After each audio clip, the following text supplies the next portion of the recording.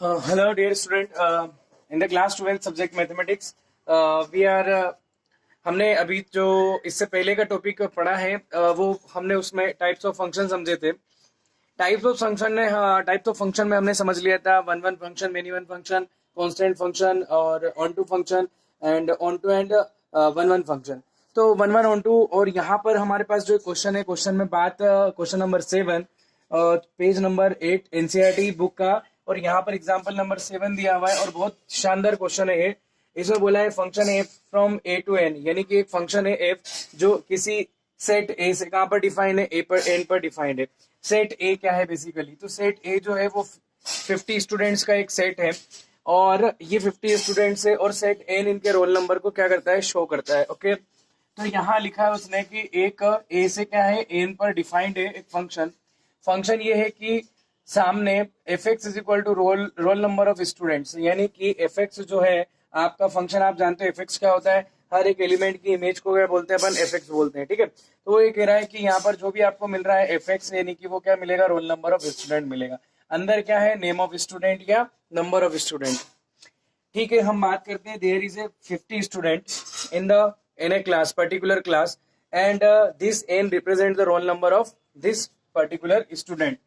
सो हम जैसे जानते हैं कि एग्जाम में आपको अच्छी तरीके से याद है कि कभी भी दो स्टूडेंट के एक रोल नंबर नहीं हो सकते। एक पर्टिकुलर क्लास ले लीजिए, आपकी क्लास 12th ले लीजिए, तो क्लास 12th के अंदर आप जानते हैं कि अगर मान लो आप 5 स्टूडेंट है ना, तो 5 स्टूडेंट के अलग अलग रोल नंबर होंगे। जैसे कि मान लीजिए फर्स्ट हम नाम ले लेते हैं Sita, Gita, Ram, Shyam.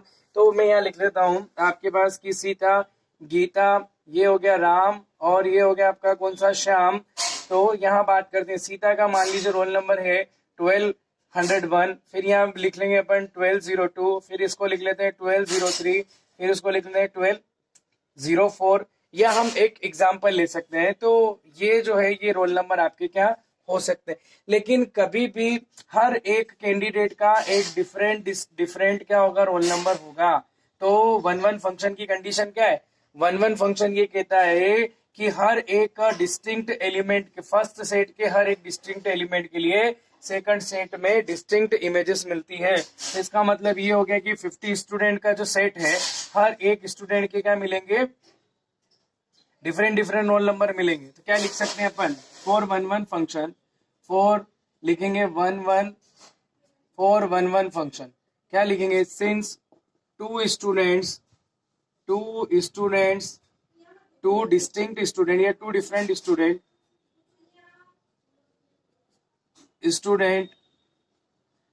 Can not have same roll numbers. अब दो अलग अलग स्टूडेंट के कभी भी एक जैसे रोल नंबर नहीं हो सकते, ऐसा हम जानते हैं। देयरफॉर इसका मतलब ये हो गया कि डिस्टिंक्ट स्टूडेंट यानी अलग अलग स्टूडेंट के लिए अलग अलग रोल नंबर है। तो इसका मतलब ये हो गया कि F is one one function. ठीक है, तो यहां पर अपन लिखेंगे ये एफ तो वन वन हो गया। क्यों वन वन हो गया, क्योंकि 85 स्टूडेंट के लिए आपके पास यहाँ तक रोल नंबर कितने आ जाएंगे, 50 रोल नंबर आ जाएंगे। फिर दूसरा अपन लिखेंगे फॉर ऑन टू फंक्शन, तो ऑन टू फंक्शन के लिए क्या लिखना है, ये देखिए ऑन टू फंक्शन का मतलब ये है कि सेट एन के सारे एलिमेंट्स के लिए, सारे सेट एन के जितने भी एलिमेंट्स हैं, है ना, उन सब के लिए हमें वो सारे एलिमेंट जो है सेकंड सेट के फर्स्ट सेट में उनके लिए कोई ना कोई एलिमेंट मिल जाना चाहिए। लेकिन आप बात करोगे यहाँ पर कि टोटल यहाँ कितने स्टूडेंट है, 50 स्टूडेंट है। तो 50 स्टूडेंट के डिस्टिंक्ट क्या हो सकते हैं, 50 रोल नंबर हो सकते हैं। मान लीजिए कि पहले स्टूडेंट का 1, दूसरे का 2, तीसरे का 3, चौथे का 4, इस तरीके से रोल नंबर अलॉट होते हैं। तो 50 का जो 50 नंबर पे जो स्टूडेंट आएगा उसका रोल नंबर क्या होगा, तो आप ऑब्वियसली बात है कि उसका रोल नंबर क्या हो जाएगा, 50 हो जाएगा। समझ में आ रही बात। अगर रोल नंबर पहले का पहला, दूसरे का दूसरा, तीसरे का तीसरा, चौथे का चौथा, पांचवे का पांचवा, इस तरीके से हो तो 50 वाले का क्या होगा, 50 हो जाएगा। लेकिन ये सेट क्या है, ये नेचुरल नंबर का सेट है। तो नेचुरल नंबर में 1 से लगाकर कहाँ तक होते हैं, इनफाइनाइट तक होते हैं। ठीक है, यानी कि आपके नंबर यहाँ से चले जाएंगे, इसके 50 के बाद यहाँ क्या होगा, 51 भी होगा, 52 भी होगा। अब आप देखोगे कि 50 रोल नंबर तक तो हमको यहाँ क्या मिल जाएंगे, 50 स्टूडेंट लिखेंगे मिल जाएंगे। लेकिन 51 जो है वो इस सेट में तो होगा, सेकंड सेट में, लेकिन उसके लिए कोई सा भी स्टूडेंट नहीं बचेगा क्योंकि 50 ही पूरे हो गए। तो क्या लिखेंगे, since 51 belongs to n but 51 is not a roll number या will not be a will not be roll number of any student, therefore f is not onto function. f onto function नहीं है, क्यों नहीं है, क्योंकि सारे के सारे के लिए मिलने चाहिए। ये सभी एलिमेंट जो है, ये सभी, इन सभी एलिमेंट्स के लिए हमको क्या मिल जाना चाहिए, फर्स्ट सेट में कोई ना कोई एलिमेंट मिलना चाहिए। समझ में आ रही बात? सेकंड सेट के हर एक एलिमेंट जो है फर्स्ट सेट के किसी न किसी एलिमेंट से कनेक्ट हो जाना चाहिए। लेकिन यहाँ तो बात ये आ रही है कि 51 रोल नंबर है, लेकिन 51 रोल नंबर जो है, 51 यहाँ पर नंबर सेकंड सेट में तो आएगा, लेकिन ये 51 किसी स्टूडेंट का रोल नंबर है ही नहीं। इसका मतलब कोई से भी स्टूडेंट 51 से नहीं जुड़ पा रहा है। इसका मतलब यहाँ पर 51 is not connected with any element of set A, therefore we can say that 51 belongs to n, 51 n में है बट 51 किसी का रोल नंबर नहीं है, therefore f is not onto function। ये क्या होगा, onto function नहीं होगा। तो इस तरीके से ये क्वेश्चन जो है, क्वेश्चन नंबर 7 हमारा खत्म हो जाता है। अब हम चलते हैं क्वेश्चन नंबर 8 पर। क्वेश्चन नंबर 8 देखिए, अभी देखिए ये हमारा क्वेश्चन नंबर 8 है, और क्वेश्चन नंबर 8 में क्या देख रहे हैं हम। क्वेश्चन नंबर 8 कह रहा है कि एक फंक्शन एफ है जो नेचुरल नंबर से नेचुरल नंबर के सेट पर डिफाइंड है। F is defined from n to n and such that f x equal to क्या हो जाएगा, 2x। ये एक फंक्शन है आपका, ठीक है। क्या बोल रहा है, f is 1 but not onto. तो एफ 1 होगा, ये कैसे हम प्रूव करेंगे, तो फर्स्ट हम यहाँ लिख लेते हैं फॉर 1 फंक्शन। फॉर 1 फंक्शन आपको अच्छी तरीके से याद होना चाहिए। 1 फंक्शन के लिए हमने पढ़ रखा है कि डिस्टिंक्ट इमेजेस, अगर दो अलग अलग इमेजेस अगर आपस में इक्वल हो जाती है तो उनके करस्पॉन्डिंग एलिमेंट्स भी क्या होने चाहिए, इक्वल होने चाहिए। कहने का मतलब है कि अपन यहाँ लिख लेते हैं late fx1 is equal to fx2। हमने दो अलग अलग इमेजेस को इक्वल मान लिया, तो इनके करस्पॉन्डिंग एलिमेंट्स x1 और x2 भी क्या होने चाहिए, इक्वल आने चाहिए। सिंस हम जानते हैं कि fx क्या है हमारा 2x, तो fx अगर 2x है तो x1 के लिए क्या हो जाएगा 2x1, ये क्या हो जाएगा 2x2, 2 से 2 cancel, x1 is equal to x2। इससे ये प्रूव हो जाता है कि आपके दो अलग अलग इमेजेस अगर इक्वल है तो उनके करस्पॉन्डिंग एलिमेंट्स अगर यहाँ पर क्या आ गए, इक्वल आ गए, तो यहाँ लिखेंगे देयरफॉर f इज क्या हो जाएगा 1 f इज 1 फंक्शन। ठीक है, क्लियर है, f इज 1 फंक्शन। सेकंड हम बात करते हैं ऑन टू के लिए। फॉर ऑन टू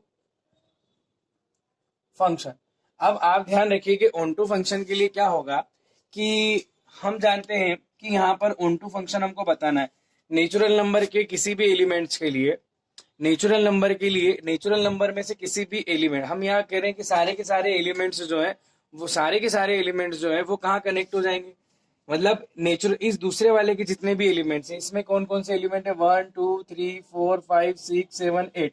ठीक है, ये 1 2 3 4 5 6 7 8 ऐसे और भी इसमें इन्फिनिट तक है। अब यहाँ क्या बात करें for onto function, question को ध्यान से देखो, देखो इसमें एक तरीका ये है कि क्या बताना है, but not onto, onto नहीं है, इसका मतलब ऑन टू नहीं होगा। आपको कैसे भी करके उसको क्या करना है, ऑन टू नहीं प्रूव करना है। तो आपको क्या करना है, आपको ऑन टू की कंडीशन याद है कि अगर फंक्शन ऑन टू है तो वो किस कंडीशन को फॉलो करेगा, f x equal to y, यानी कि हमको किसी एलिमेंट, हर एक element, each element for each element y belongs to n, यानी कि y जो सेकंड सेट में होगा, यानी सेकंड सेट के सारे एलिमेंट को हम बोल रहे हैं y, है ना। वी शुड गेट x, हमको कोई ना कोई एलिमेंट फर्स्ट सेट में क्या होना चाहिए, मिल जाना चाहिए। किस तरीके से मिल जाना चाहिए कि एफ एक्स इक्वल टू क्या हो जाए, आपका y हो जाए। कैसे मिलेगा ये मैं आपको बता देता हूँ। सबसे पहले अपन यहाँ बात कर रहे, मान लीजिए कि मैं एक एलिमेंट आपको लेके यहाँ पे बता देता हूँ ताकि आपको और क्लियर हो जाएगा। यहाँ पर अपन बात करते हैं सबसे पहले, जैसे मैंने लिया है यहाँ पर 1, सिंस 1 बिलोंग्स टू n, ठीक है, या मैं लिख रहा हूं since 1 belong, but there exist no element x which satisfy x belongs to n such that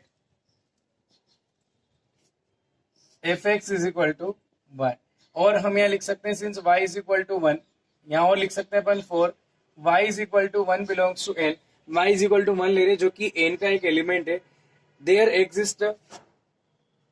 exist उसके लिए ऐसा कोई एलिमेंट नहीं है n में जो इस कंडीशन को सेटिस्फाई करे, दैट इज इसका मतलब ये हो गया कि यहाँ ध्यान दीजिए क्या हो गया कि मान लीजिए कि अगर इस कंडीशन को सेटिस्फाई करता है तो हम यहाँ क्या लिख रहे हैं कि fx इज इक्वल टू किसको, y को, कंडीशन को सेटिस्फाई करेगा, y की वैल्यू हमने क्या ले ली है 2 ले ली है, that is fx is equal to y, fx हो गया आपका 2x, ओके समझ में आ रही बात।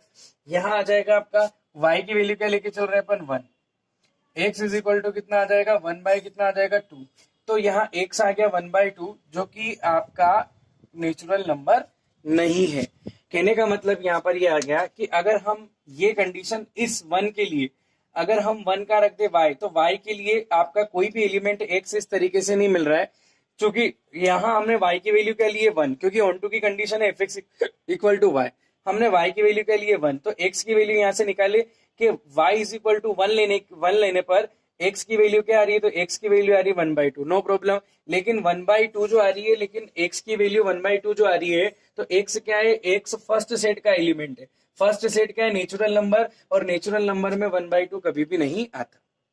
बात समझ में आ रही है आपको। अब आप सोचेंगे कि यहाँ 2 के लिए आ रहा है, तो अगर अपन मान लियो y की वैल्यू क्या ले ले 2 ले लें, तो क्या करेंगे fx इक्वल टू y रख देंगे, fx 2x is equal to 2 हो जाएगा, x की वैल्यू क्या आ जाएगी 1, यहाँ पर हमारे पास 2 के लिए तो एलिमेंट है 1, यानी आपका सेकंड सेट का 2 किससे कनेक्टेड है, 1 से कनेक्टेड है फर्स्ट एलिमेंट के, बट यहाँ पर बात हो गई कि 1 के लिए अगर हम y की वैल्यू 1 लें, ये सेकंड सेट का 1 किसी 1/2 से कनेक्ट होता है जो कि एक नेचुरल नंबर नहीं है, इसका मतलब ये 1 जो है उससे कनेक्ट नहीं हो रहा है। क्लियर बात समझ में आ गई आपको। तो यहाँ आप एक तरीके से और क्या कर सकते हैं, ये लिख सकते हैं कि आपको सबसे पहले fx इक्वल टू y रख देना है और यहाँ से x की वैल्यू निकाल लेना है, x की वैल्यू जो भी आई, y की वैल्यू आप क्या कंसीडर करते हो वो आपको सेकंड सेट से लेना है। अगर मान लीजिए कि वो ऑन टू नहीं है ना, तो फर्स्ट वैल्यू में अगर वो प्रूव हो रहा है तो आप सेकंड वैल्यू लेकर देखिए, थर्ड वैल्यू लेकर देखिए, इस तरीके से वो ऑन टू क्या होगा, प्रूव आपका हो जाएगा कि अगर क्वेश्चन ऑन टू होगा तो ऑन टू आ जाएगा, नहीं होगा तो नॉट प्रूव हो जाएगा। यहाँ क्या करा मैंने फर्स्ट एलिमेंट लिया y इज इक्वल टू 1, ठीक है, आपको तो एक भी सेकंड सेट का कोई एक भी एलिमेंट अगर हमारा लेते हैं y इक्वल टू, और y की value fx equal to y में रख के यहाँ से x की वैल्यू निकालते हैं, और कोई भी अगर आपकी x की वैल्यू फर्स्ट सेट के अंदर नहीं मिलती है तो हम ये समझ जाएंगे फंक्शन क्या है, वो ऑन टू नहीं है। तो यहाँ से क्या प्रूव हो रहा है, यहाँ से प्रूव हो रहा है कंडीशन सेटिस्फाई नहीं हो रही है। हमने लिखा है कि for y is equal to 1 belongs to n, जो कि सेकंड सेट का एलिमेंट है, there exist no element x belongs to such that fx equal to y, और x इज इक्वल टू 1/2 मिल रहा है, लेकिन ये नेचुरल नंबर में नहीं है। क्या लिखेंगे, देयरफॉर f इज नॉट क्या आ जाएगा, ऑन टू फंक्शन, f हमारा ऑन टू फंक्शन नहीं है। ठीक है, हम और भी क्वेश्चन करेंगे इसके, तो आपको इजी तरीके से समझ में आ जाएगा कि हमको लिखना कैसे है और कैसे हम इसको क्या करेंगे, प्रूव करेंगे। तो ये क्वेश्चन थे हमारे कुछ सिंपल क्वेश्चन, तो हम यहाँ इनकी बात करते हैं। आगे हम चलते हैं क्वेश्चन नंबर 9 पर। देखिए क्वेश्चन नंबर 9 को ध्यान से देखिएगा, यही क्वेश्चन हमारा रिपीट हो रहा है, लेकिन बस इसमें सेट चेंज हो जाएगा। तो आपको सेट जब चेंज होता है तो वो कैसे होगा, ये भी आपको ध्यान में आना चाहिए।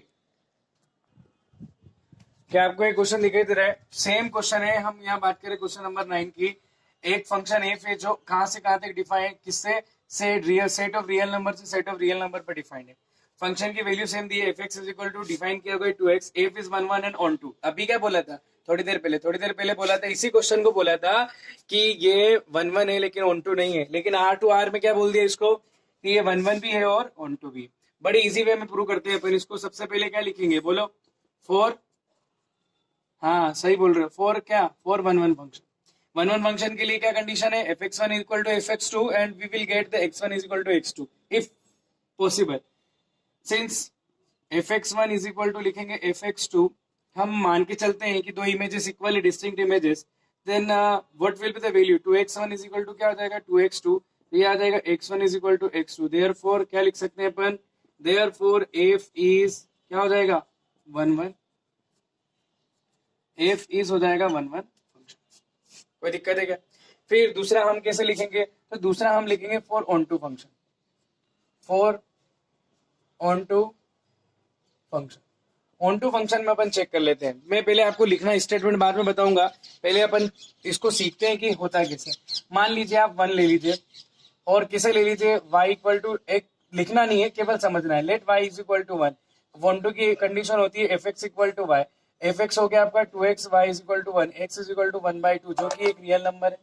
1/2 रियल नंबर क्यों है? क्योंकि रियल नंबर कौन कौन से होते हैं? सारे रेशनल इरेशनल जितने भी है सब रियल नंबर होते हैं। होते कि नहीं होते हैं? बोलिए। ये सारे रियल नंबर होते हैं। अब मैं आपको यहाँ पर y की वैल्यू क्या ले लेता हूँ? 2 ले लेता हूँ। ठीक है, ओके। y की वैल्यू क्या ले लेते हैं अपन? 2 ले लेते हैं। तो y is equal to, y की वैल्यू 2 ले लें तो f x is equal to, हम लिखते हैं कि ऑन टू के लिए y होता है 2x इज इक्वल टू क्या आ जाएगा? यहाँ पर आ जाएगा 2x is equal to 2/2, that is 1, 1 भी आपका रियल नंबर है।